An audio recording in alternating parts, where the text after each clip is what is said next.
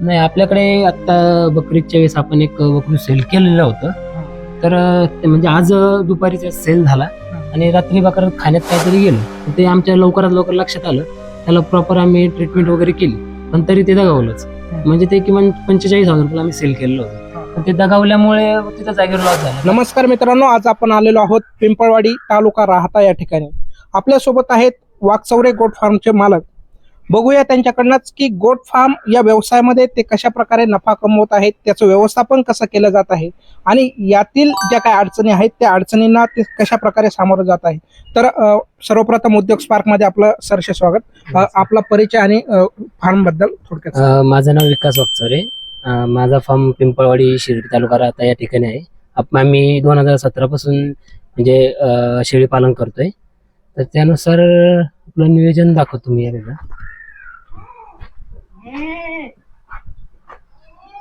तर आपल्याकडे हा बोर जातीचा ब्रीडर आहे आज सध्या अवेलेबल.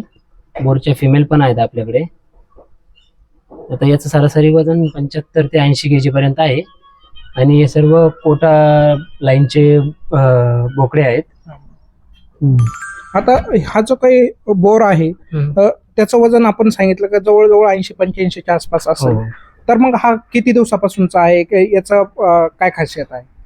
आता याचं वेट 70-75 आहे. त्याचं वय आता अंदाजे 14 महिन्याचा झालेला आहे तो पूर्णपणे. आणि तो एक रेओ ब्लड लाईनचा बोकड आहे तो. म्हणजे विजय उंडे गोट फार्म आहे राहुरीला, त्यांच्याकडून आपण खरेदी केलेला बोकडा आहे. 1-1.5 महिन्याचा असताना तेव्हा घेतला होता आपण त्यांच्याकडून. आतापर्यंत याला जी काही मागणी आहे ती कशा प्रकारे राहिली? याला आतापर्यंत आपल्याकडे 90 ते 95 हजार पर्यंत मागणी आलेली आहे. आणि म्हणजे आपण अजून दिलेला नाहीये तो, आपण ब्रीडिंग साठीच ठेवलेला आहे तो प्रॉपर. आता हे जे काही बाकीचे दिसत आहे कोणकोणत्या प्रकारच्या शेळ्या आपण पाळतो? आता हे सर्व कोटा जातीचे आहेत आणि पुढे 4 अजमेर आहेत, 2 शिरो आहेत पुढे. आता याची जी काही खरेदी आहे ती खरेदी आपण कुठनं करतो आणि याची जी काही विक्री आहे ती विक्री कशा प्रकारे केली जाते? आपण खरेदी राजस्थानवरून आणतोय सर्व बकर आणि त्याची विक्री जास्तीत जास्त आपण 1 वर्षभर प्रॉपर ते बकर मेंटेन करतो. त्यांचे वेट गेन केल्यानंतर आपण 1 वर्षानंतर बकरीच्या वेळेस हे बकर सेल करतो. म्हणजे आपला जो काय फार्म आहे हा फार्म फक्त ब्रीडिंग करत नाही तर आपण बकरी ईदसाठी काम बॅचेस पण काढतो आपण. आणि ही जी काही बकरी ईद आहे, बकरी ईदचं मार्केट आणि इतर मार्केट यामध्ये काय तफावत वाटते आपल्याला? नाही, बकरीला म्हणजे एक बकराचं तुम्ही समजा 70-75 kg बोकड आहे, तो बकरीच्या वेळेस सेलसाठी काढला तर त्याची तुम्हाला चांगल्या प्रकारे त्यात मार्जिन निघून जातो. तोच बोकड जर तुम्ही बकरीत झाल्यानंतर किंवा त्याच्या 1-2-3 महिने अगोदर जरी काढला तर त्याला पाहिजे ती किंमत मिळत नाही. म्हणून समजा किंमत मिळणं किंवा तोपर्यंत सांभाळणं याच्यामध्ये काय अडचणी आपल्याला येत असतात? सांभाळण्यामध्ये तर अडचणी काही नाही, फक्त एवढं होतं की बकरा आणले तिकडून राजस्थानहून इम्पोर्ट केल्यानंतर एक महिनाभर आपल्याला प्रॉपर सेट करावं लागतात. नाहीतर मग कारण की तिकडचं आणि इकडच्या हवामानात सूट होत नाही. ते जर प्रॉपर जर आपण 1-1.5 महिना जर प्रॉपर जर सेट केले ना तर त्यांना काहीच अडचण येत नाही. आता सर्वात महत्वाचा प्रश्न, सेट करणे म्हणजे नेमकं काय करावं लागतं आपल्याला? जर एखादा शेतकरी आहे, एखादा नवीन शेळी पालक आहे तर त्याला सेट करणं नेमकं त्यांनी काय काळजी घेतली पाहिजे त्या प्रसंगात? आता भरपूर जण बकरं जर आले ना तर डायरेक्ट हिरव्या चाऱ्यावर घेतात. पण मग आमच्या मते आम्ही हिरव्या चाऱ्यावर बकरं 15 दिवस बकरं हिरव्या चाऱ्यावर घेत नाही. आपण थोडीशी बकरं उपाशी पोटी ठेवतो आणि त्यांना जास्तीत जास्त भूस खाऊ घालतो. कारण सुक्या चाऱ्यामुळे काय होतं की त्यांची इम्युनिटी पॉवर अजून मजबूत होत राहते आणि त्यांचा किमान 1000-1500 किलोमीटरचा प्रवास पण झालेला असतो. त्यामुळे बकरं जास्त दगावण्याची जास्त शक्यता असते. त्यामुळे 1 महिनाभर प्रॉपर जर आपल्या हवामानात जर सूट करून घेतले ना तर मग बकरं कसं काही खाऊ घाला, काही प्रॉब्लेम येत नाही. आणि जास्तीत जास्त आणल्यावर खुराक चालूच करू नये, 1 महिनाभर तरी करू नये. मग हा जो काही खुराकच्या संदर्भात सांगतात तर हा खुराक कधी केला पाहिजे आणि काय असला पाहिजे? नाही, बकरं एकदा आले ना, एकदा प्रॉपर 1 महिनाभर सेट करायचे. त्यानंतर तुम्ही त्यांची डिवॉर्मिंग करा. 15 दिवस डिवॉर्मिंग झाल्यानंतर मग तुम्ही त्यांना PPR लसीकरण करून घ्या. लसीकरण केल्यामुळे काय होतं, तिकडचा आजार इकडे येऊन बाकीच्या बकरांना धोका सांभाळत नाही. कारण आपले घरचे पण काही बकरं असतात अवेलेबल आपल्याकडे. त्यामुळे याच्यातलं एक जरी बकरू आजारी पडले, PPR जर झाला तर त्यामुळे त्याची लागण सर्वांना होते. त्याची काळजी घेणं गरजेचं असतं. PPR चे लसीकरण करणं गरजेचं असतं, डिवॉर्मिंग करणं गरजेचं असतं आणि हे सर्व 1 महिन्यानंतरच करणं गरजेचं असतं.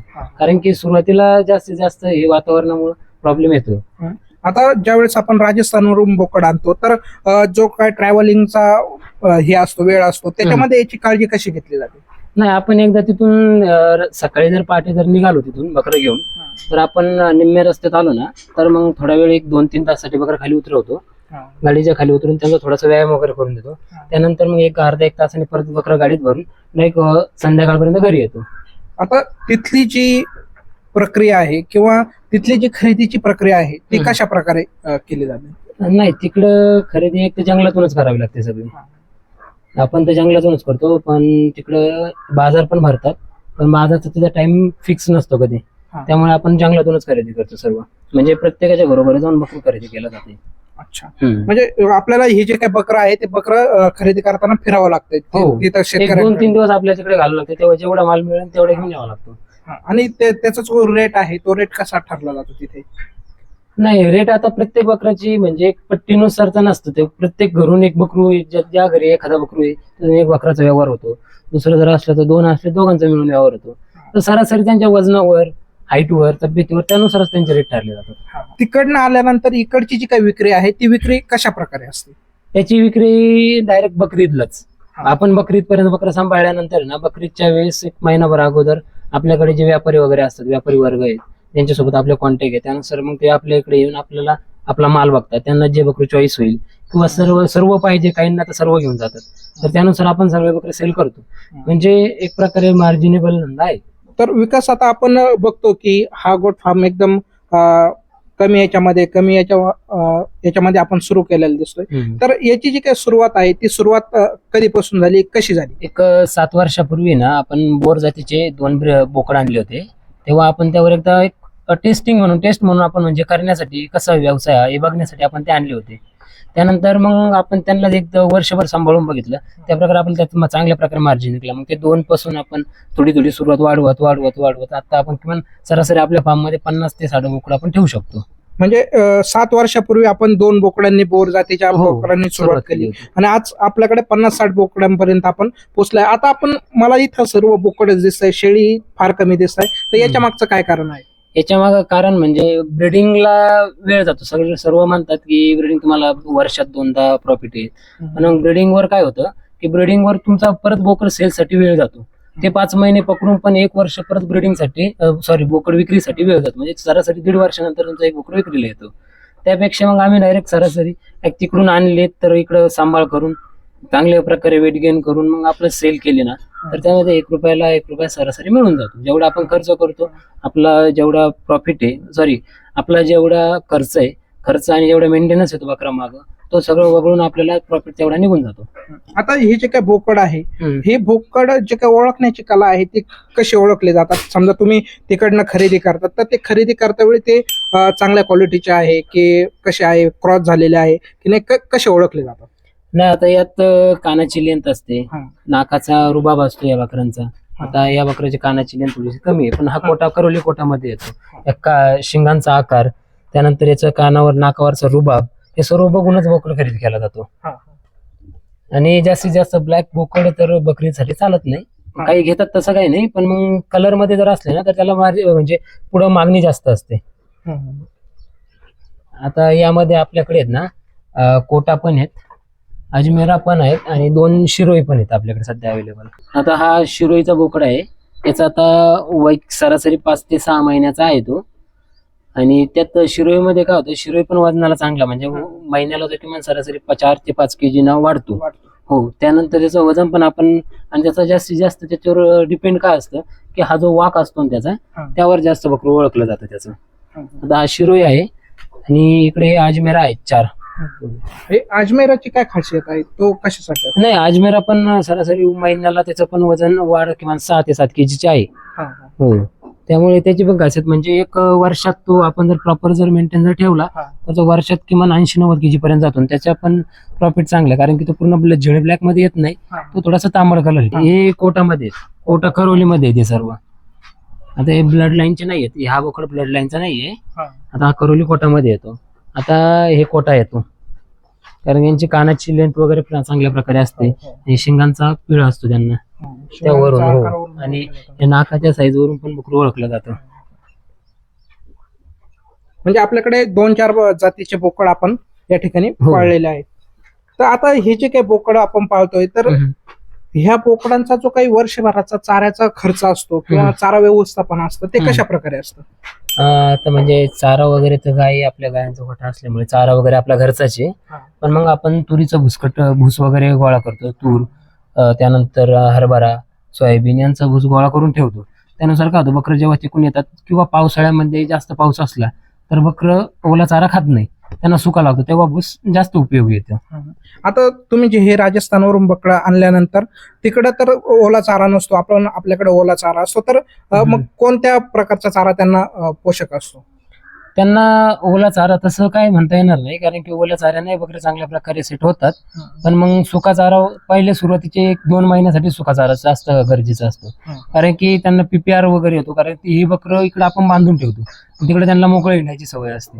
हा एक प्रॉब्लेम असल्यामुळे त्यांना जास्त बांधीव जर गोठा असला ना तर हा प्रॉब्लेम PPRचा प्रॉब्लेम येतो. त्यामुळे PPRची लसीकरण वगैरे जर केलं तर मग काही प्रॉब्लेम येत नाही, सुक्या चाऱ्यावर आणि ओल्या चाऱ्यावर बकरं राहून जातात. पण बऱ्याच वेळेस बघतो की आता नवीन गोट फार्म जे आहे डबल डेकरचे अनेक त्याच्यामध्ये मॉडिफिकेशन त्या ठिकाणी तयार झालेलं आपल्याला दिसतं, अनेक आधुनिकीकरणाचा त्याच्यामध्ये वापर आपल्याला दिसतो, पण आपल्याकडे तशा प्रकारचा जास्त वापर दिसत नाही. आपण फक्त बॅलेट वापरलं इथं, तर याच्या मागचं काय कारण आहे? आधुनिकतेकडे आपण का वळालो नाही जास्त? नाही, आधुनिकतेकडे जर जास्त वळलं ना तर तेवढा त्यामागे खर्च पण आहे, कारण की जो आपला किमान एक सरासरी जर आपण एवढ्या शेड आहेत, माझं 90 फुटाचं शेड आहे पूर्णपणे, तर तेवढ्याला जर मला जर डबल डेकर जर करायचं म्हटलं तर त्याला सरासरी एक 10 ते 15 लाख रुपये खर्च येतो. तो खर्च वाचवून आपण हे पॅलेटचं जर बघितलं, हे पॅलेट 8 दिवसाला उचलून जर आपण साफसफाई करू शकतो, या पॅलेटवर जेवढा आराम आहे तेवढा त्याच्यावर आराम भेटतो. पण मग हे पॅलेट 1000 रुपयाला पडतं आपल्याला, हे किमान 4 ते 5 वर्ष टिकू शकतं. पण मग तसं त्याचं किमान एक 2x2 स्क्वेअरच आपल्याला पॅलेट असतं हायटेकचं, तर ते आपल्याला किमान 350 ते 400 रुपयाला पडतं. तो पैसा वाचून मग या प्रकारे पण व्यवसाय केला तर तरी व्यवसाय होतोच. आता बऱ्याच वेळेस आपल्याला दिसतं काय, शेळ्यांची जी काय घाण असते किंवा त्यांचे मूत्र असतं ते खाली पडल्यानंतर शेळ्यांना वेगवेगळे आजार होण्याचे चान्सेस असतात, तर मग इथं त्या प्रकारची काळजी कशी घेतली जाते? आता हे पॅलेट, त्यासाठीच आपण हे पॅलेट हाताळलेले आहेत. प्रत्येक बकरासाठी एक पॅलेट ठेवलेलं आहे. तर जे मूत्र वगैरे लेंड्या वगैरे खाली जातात ना, त्या दर 8 दिवसा मिळून आपण ते सगळी साफसफाई करून घेतो. साफसफाई केल्यानंतर 1 दिवस पूर्ण बकरं मोकळी सोडून इथं पूर्णपणे औषध फवारणी पण करून घेतो, आणि त्याने दुसऱ्या दिवशी बकरं परत फार्म मध्ये आतमध्ये घेतले जातात. ही काळजी या प्रकारे काळजी घेतो आपण. तर आता विकास भाऊ, आपल्याकडे हे जे काही बोर जातीच्या शेळ्या आहे, तर आपण वेगवेगळ्या जातीच्या पाळतो, तर शेळी मात्र बोर जातीच्या आपल्याकडे दिसते, याचं काय कारण आहे? बोरचं कसं असतं, बोरची जी परत आपण जर समजा फिमेल घ्यायची, मेल जरी घ्यायचं म्हटलं ना, ते खरेदी कॉस्ट जास्त आहे, म्हणजे महाग पडतो आपल्याला. जेव्हा लहान पिल्लू जरी घ्यायचं म्हटलं तर त्याला पैसे जास्त मोजावे लागतात. घरचंच जर असलं प्रोडक्शन सर्व, तर मग आपले घरचे तयार होतात, आणि जो या बाकीच्या 50-60 बकरा मागे जो खर्च येतो आपला, तो मेंटेनन्स, तो सरासरी आपण यामध्ये याची झालेली तयार पैदाच झालेली ना, त्यामध्ये आपण तो आपल्याला समतोल होऊन जातो. आता ही जी काही बोर शेळीची जी काही खासियत आहे ती कशा प्रकारे? आता बोरचं आहे ना, बोरचे पिल्ल आहे ना, सरासरी जन्माला आल्यावरच किमान त्याचं वजन 4 ते 5 केजी असतं, आणि ते किमान सरासरी एक 7 ते 8 केजी महिन्याला वेट गेन करतात. त्यामुळे त्यांना लवकरात लवकर वेट गेन होतं, वाढ चांगल्या प्रकारे, आणि त्यांना पुढे मार्केटमध्ये मागणी पण चांगल्या प्रकारे. त्यानुसार आपण बोरचे शेळ्या वगैरे ठेवलेले आहेत. आता ही जी काही बोर आहे याचं जे काही उगम स्थान आफ्रिका सांगितलं जातं, तर मग आपल्याकडे हिचा कशा प्रकारे टिकाव लागतो किंवा आपल्याकडे ही कशी टिकते?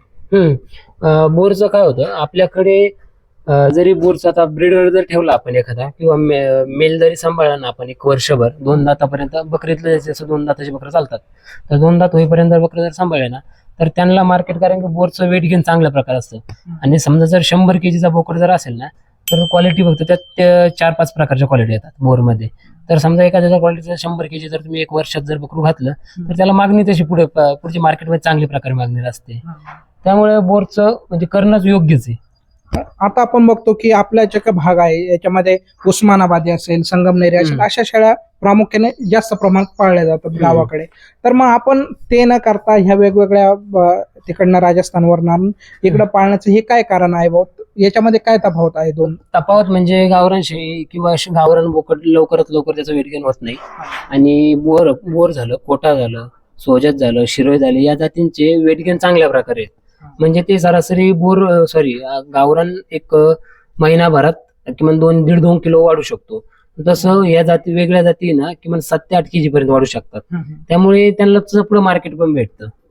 जर एखाद्याला नवीन गोट फार्म सुरू करायचा आहे किंवा शेळीपालनाचा त्याच्याकडे अनुभव नाही, परंतु त्याला शेळीपालन करायचं, तर मग त्याने सुरुवात कुठून केली पाहिजे, कोणत्या शाळा घेतल्या पाहिजे, कशी सुरुवात झाली पाहिजे? नाही, आता सुरुवात कोणत्यापासून जरी केली त्याचा काही प्रॉब्लेम येत नाही. पण मग जास्तीत जास्त सुरुवात त्याने कमी पासून केलेली योग्यच राहते, कारण कमी मध्ये त्याला अनुभव येत चालतो. आणि काही जास्त समजा काही जण काय करतात की डायरेक्ट आहे पैसा म्हणून डायरेक्ट 20-25 शाळा घेऊन येणं किंवा बोकड घेऊन येणं, त्यात त्यांना नॉलेज काहीच नसतं, त्यामुळे त्यांची मर्जर जास्त प्रमाणात होते. पण जो सुरुवात छोट्यापासून करतो ना त्याची मर्जर म्हणजे शून्यच असते. हो, त्यामुळे माझं तर एक मत आहे की कारण जे नवीन व्यवसाय करण्याचा प्रयत्न करतात ना त्यांनी डायरेक्ट 1, 2, 4, 5 पर्यंत एवढे बकरं सांभाळूनच सुरुवात करावी. आता ही जी काही नवीन युवक आहे ते शेळीपालनामध्ये येत आहे, तर त्यांच्यासाठी तुमचा काय सल्ला असेल? सल्ला नाही, व्यवसाय चांगलाच आहे तसं काही नाही, फक्त सुरुवात करताना फक्त 1-2 जणांचं मार्गदर्शन घ्या, त्यानंतरच सुरुवात करा. डायरेक्ट फक्त कोणी सांगितल्यानुसार तुम्ही फक्त डायरेक्ट घेऊन येण्याचा प्रयत्न करू नका. फक्त 1-2 चांगल्या फार्मवाले जे चांगले सक्सेस आहे त्यामध्ये त्यांचा सल्ला घ्या, तेव्हाच या फार्ममध्ये या व्यवसायात उतरा. आता मला असं विचारायचं आहे की शेळीपालनामध्ये फसवणूक होते का? होते. कशा प्रकारे असते आणि त्याच्यापासून कसं वाचलं गेलं पाहिजे? आता वाचलं म्हणजे तुम्ही जर काही नवीन व्यवसाय काय करता, बाजारातून शेळी खरेदी करतात, आता त्यांना क्वालिटी माहित नसते, काहींना कोणत्या जातीची आहे, त्यांना चुकीचे म्हणजे गावरान किंवा दुसऱ्या ब्रीडनं गावरान क्रॉस केलेली त्या सुद्धा टॉप क्वालिटीच्या ब्लड लाईनच्या सांगून सेल केल्या जाते जास्त किमतीमध्ये.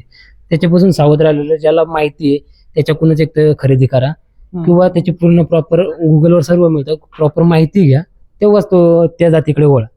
जास्तीत जास्त बोरकडे वळणं चांगलंच आहे. आता तुम्ही जे काय सांगताय का अनेक लोकांनी सुरुवात जी करताना बोर पासून करा, तर ही बोर जात का निवडली पाहिजे शेतकऱ्यांनी सुरुवात? कारण की बोरला जास्तीत जास्त आहे ना चाऱ्याचे पण प्रमाण काही एवढं लागत नाही, बोरचं वेट गेन पण चांगल्या प्रकारे आहे, आणि बोरला मेंटेनन्स पण कमी येतो, म्हणजे हॉस्पिटलचा किंवा काही याचा खर्च येत नाही त्यांना. ते डायरेक्ट 0 मेंटेनन्स मध्ये बोर आपण सांभाळू शकतो. आणि बोरचं काय, बोरची जी पैदास होते ना, तर चांगली जर क्वालिटीची जर पैदास आपल्याकडे होत असेल ना तर त्याची त्या प्रकारे पुढे मागणी पण असते, त्यामुळे बोर करणं योग्यच आहे. आता हे बोरचं जे काय मार्केट आहे ते मार्केट कसं असतं, कुठे असतं, किंवा बोरची विक्री कशा प्रकारे केली जाते? बोरची विक्री म्हणजे सोशल मीडियाचा पण वापर करू शकतो आपण, किंवा जे मोठे मोठे फार्मवाले आहेत जे बोरचं इम्पोर्ट एक्सपोर्ट करतात तर त्यांच्याकडे आपण बोर सेल करू शकतो. आणि जर काहींना काय असं नवीन व्यावसायिकांना पण बोरची लागतात, कारण की बोर ही जात सर्वात उत्तम आहे, तर त्यामुळे त्यांना पण आपण सेल करू शकतो. किंवा एक सरासरी 2 महिन्यात बोललो आपण एक 10-15 हजार पर्यंत जात होते, त्यामुळे बोर निवडणं योग्यच असतं. आता ही जी काही शेळी आहे ही कोणत्या जातीची आहे, हिची काय खासियत आहे आणि हिला कशा प्रकारे ओळखलं? आता ही क्वालिटीमध्ये कोटा जातीची शेळी आहे, त्यापासून आपण हे बघू शकता ती पैदास झालेली आहे आपली, म्हणजे ही पण फिमेलच आहे. तर मग कोटाला जो कानाचं तुम्हाला मागे सांगितल्याप्रमाणे जे शिंगांचा पीळ किंवा कानाची लेंथ, नाकावरचा रुबाब, ते सर्व कोटाची लक्षणं आहेत. गोऱ्यात जास्तीत जास्त व्हाईट कलर मध्ये जर घेतलं तर त्याला तशा प्रकारे पुढे मागणी असते. आता ही कोटाचीच ही पैदास आहे आपल्याकडे, क्वालिटीच्या ब्रीडरनं भरलेली एक 15 दिवसाचा पिल्लू आहे. तशी फिमेलच आहे ही पण, म्हणजे चांगल्या क्वालिटीमध्ये बकरं तयार होतात आपल्याकडे. आता बोर आणि कोटा याच्यामध्ये काय तफावत दिसते आपल्याला, काय फरक आहे त्याच्यामध्ये? नाही, फरक म्हटलं तर कोटाचे बकरं सेल कमी पैशामध्ये होतात, बोरची जास्त प्रमाणात होतात. बोरला म्हणजे पुढे डिमांडिंग जास्त आहे बोर, तसं कोटाचं फक्त जास्तीत जास्त बकरीतच, दुसरं काय ऑप्शन नसतो कोटाला. तर आता मला हे सांगा की ज्यावेळेस आपण शेळीपालन करतो, शेळीपालन करताना आपल्याला सहज वाटतं की आपण शेळी पाळू शकतो, सहज सोपं आहे, पण याच्यामधले जे काही लोकांना दिसत नाही पण धोके असतात, तर ते धोके काय आहेत नेमके? नाही, प्रत्येक जण शेतकरी वगैरे फक्त काय बघतो की यांचा प्रॉफिट बघतो, पण याच्या मागे फक्त प्रॉफिट बघून चालत नाही, तेवढे त्यांना काळजी पण करावी लागते, त्यांची काळजी पण करावी लागते, तेवढं त्यांची डिवॉर्मिंग वगैरे टायमिंगवर करावं लागते, दर महिन्याच्या महिन्याला डिवॉर्मिंग करावी लागते. प्रत्येक बकरू कोणतं आजारी आहे, कोणतं नाहीये, कोणतं म्हणजे प्रॉपर सर्व त्यांचं हे होतंय का, पचतंय का, सर्व हे सर्व बकऱ्याचं रोजच्या रोज देखभाल करावी लागते. कारण की व्यवसाय करताना ह्या व्यवसायात तर दुसऱ्याच्या भरोश्यावर करणं योग्य वाटत नाही. स्वतः जर राबायचं, कष्ट करण्याची जर हिंमत असेल तर स्वतः केलं योग्य असतं, कारण दुसऱ्यांच्या भरोश्यावर तो फक्त येणार, चारा वगैरे चारा पाणी करणार, निघून जाणार. पण मग आपण स्वतः असलं आपण प्रत्येक बकऱ्याची काळजी प्रॉपर घेतो यात. कारण की यात किमान जर बकरं थोडं जर दुर्लक्षित जर झालं आपल्याकडून तर बकऱ्याची दगावण्याची पण शक्यता राहते. म्हणजे जेव्हा आपला जो प्रॉफिट राहतो, समजा जर आता बकरू जर तुमचा उद्या सेलसाठी, माझ्याकडे घडलेले किस्से आहेत, तर उद्या सेलसाठी बकरू येत, तर मग आज जर बकरू जर डेट जर झालं तर तो डायरेक्ट 40-50 हजार रुपये लॉस आहे आपला तिथे. मग तो परत या बकरामध्ये रिकवर करत बसावं लागतं, किंवा आपली जे घरची ब्रिडिंग करून आपण जे पैदास आहेत त्यातले 1-2 बकरांमध्ये ते आपल्याला कव्हर करून घ्यावं लागतं. तर हे सर्व काळजी घेतली योग्यच असते. आताच तुम्ही बोलता बोलता सांगितलं का तुमच्याकडे देखील असे काही उदाहरण आहे, तर काय उदाहरण आहे आपल्याकडे, कशा प्रकारे घटना घडली आपल्याकडे? नाही, आपल्याकडे आता बकरीच्या वेळेस आपण एक बकरू सेल केलेलं होतं. तर ते म्हणजे आज दुपारी सेल झाला आणि रात्री बकरा खाण्यात काहीतरी गेलं, ते आमच्या लवकरात लवकर लक्षात आलं. त्याला प्रॉपर आम्ही ट्रीटमेंट वगैरे केली, पण तरी ते दगावलंच. म्हणजे ते किमान 45,000 रुपये आम्ही सेल केलेलं होतं. पण ते दगावल्यामुळे तिथं जागेवर लॉस झाला. बाकीचे बकरा मग आम्हाला तो कव्हर करावा लागतो लगेच. म्हणजे फक्त बकरं बघणं दिसणं, फक्त बाकीच्या व्हिडिओमध्ये बघून की लय भारी असं आहे, व्यवसाय चांगला आहे, फक्त त्या व्यवसायात कष्ट तेवढेच आहे, असं काय फक्त दिसण्यावर बघण्यावर जाऊ नका. हे पण माझं एक मत आहे. त्याची एक प्रॉपर माहिती घ्या, तेव्हाच या व्यवसायात उतरा. मित्रांनो, म्हणजे लक्षात घ्या, जे काही आता यांनी सांगितलंय की शेळी पालन आपल्याला दिसताना फक्त प्रॉफिट दिसतंय, नफा दिसतोय आणि चांगलं दिसतंय म्हणून आपण ते करायला जातो, पण त्याच्या मागच्या ज्या काही अडचणी आहेत, त्याच्या मागे जो काही तोटा होणार आहे, तो तोटा पचवण्याची किंवा जे काही घटना घडणार आहे ते पचवण्याची आपली ताकद त्या ठिकाणी असली पाहिजे, किंवा ते आपल्या लक्षात आलं पाहिजे. ह्या ज्या काही चुका असतात त्या चुका कशा प्रकारे आपल्याला टाळता येतील, त्या टाळून आपण या व्यवसायाकडे त्या ठिकाणी उतरलो पाहिजे. त्या सगळ्या गोष्टींचा विचार करून हा व्यवसाय आपण त्या ठिकाणी व्यवस्थित प्रकारे केला पाहिजे. तर जो काही प्रॉफिट आहे तो प्रॉफिट आपल्याला नक्की यामध्ये शिल्लक राहिल्याचं आपल्याला दिसतं. तर मला हे सांगा की आजपर्यंतच्या ह्या तुमच्या गोट फार्म मधून सर्वात मोठा नफा किंवा सर्वात मोठं नुकसान काय झालेलं आहे आपलं? नुकसान तर म्हणजे नुकसान काही जास्त प्रमाणात नाही आहे आपलं, पण मग सुरुवात आपल्याकडे अनुभव चांगल्या प्रकारे 7 ते 8 वर्षाचा अनुभव असल्यामुळे ना, आपण सुरुवात 2 पासून केली होती, त्यामुळे त्याचा अनुभव चांगल्या प्रकारे होता. त्यामुळे नुकसान तर जास्त होत नाही, पण क्वचित एखाद्या वर्षी एखादं बकरू येत होतं, पण मग दरवर्षी होतं असं काही नाही त्यात. आणि म्हणजे जास्तीत जास्त नफा म्हणून सांगायला गेलं ना, तर आपण 2च बकरं 1,20,000 रुपयाला एक मागच्या वर्षी सेल केलेले आहेत. म्हणजे अगदी 2 बकरं केवळ 1 ते 1,20,000 पर्यंत सेल करणं हा या फार्मचा सर्वात मोठा नफा आपल्याला दिसतो. तर मला अजून म्हणजे शेवटकडे येतो मी, का ही जर एखाद्याला नवीन शेळी पालन करायचंय तर त्यांनी सुरुवात कशी केली पाहिजे किंवा त्यांनी काय काळजी घेतली पाहिजे? सुरुवात त्याने घेताना म्हणजे एक प्रकारे आपल्याकडे जे सेट झालेले बकरे, जे काही फार्मवाले काय करतात की तिकडून बकरा आणून सेल करतात, पण ज्यांच्याकडे बकरा प्रॉपर सेट आहे, बकरं बघून घ्या, त्यानंतर ते बकरं आपले घरी नेणं योग्य असतं, कारण की आपल्याला माहिती नसतं त्यातलं काही. ते बकरं आपल्याकडे मग येऊन जातात. पण मग जरी दुसरं कोण जर घेतले, आज गाडी आली समजा, जर तुम्ही बकरा आज खरेदी केली तर त्याला 8 दिवस तुम्ही सुक्या चाऱ्यावर ठेवा. 8 दिवसानंतर एक टाइम थोडासा मुरघास वगैरे टाका. त्यानंतर म्हणजे सरासरी एक टाइम सुका चारा आणि एक टाइम मुरघास ठेवा. 15-1 दिवस जर तुम्ही थोडे उपाशी पोटी जरी बकरं ठेवली ना, तर बकरं त्यानुसार सेट होत चालतात चांगल्या प्रकारे. ही जरी काळजी घेतली ना तरी खूप होऊन जातं. तर मित्रांनो, आज आपण पिंपळवाडी येथील वाकचौरे गोट फार्म याला भेट दिली. त्यांच्याकडून त्यांचा सर्व फॉर्म समजून घेतलेला आहे, कशा प्रकारे त्याचं व्यवस्थापन केलं जातं, नियोजन कसं केलं जातं. त्यांचा जो काही फार्म आहे तो केवळ आणि केवळ फक्त ईदसाठी त्यांनी त्या ठिकाणी बकरांची विक्री ते करतात. त्यांच्याकडनं खरेदी करण्याचा विचार तुम्ही करत असाल तर खाली डिस्क्रिप्शनमध्ये मी त्यांचा नंबर दिलेला आहे, व्हिडिओमध्ये देखील त्यांचा नंबर दिलेला आहे. त्यांना कॉल करा आणि त्यांच्याकडून त्याच्या संदर्भातील माहिती नक्की घ्या.